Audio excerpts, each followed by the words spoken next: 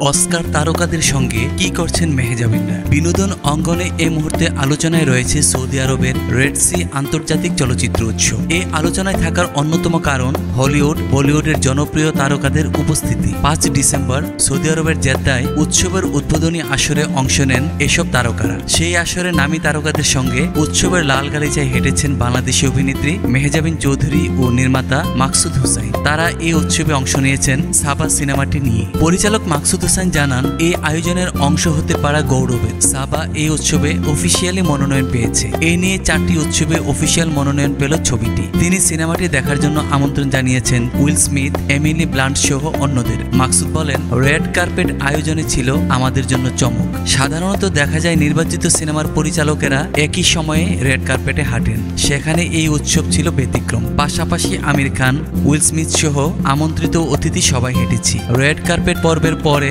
Will Smith সহ অনেকের সঙ্গে আমাদের কথা হয়। তিনি আমাদের সাবা সিনেমাটি নিয়ে জানতে চান। পরে তাকে গল্পটি বলি। টপিক তার ভালো লেগেছে। আমাদের প্রিমিয়ারে আসার ইচ্ছা পোষণ করেছেন, বলেছেন চেষ্টা করবেন।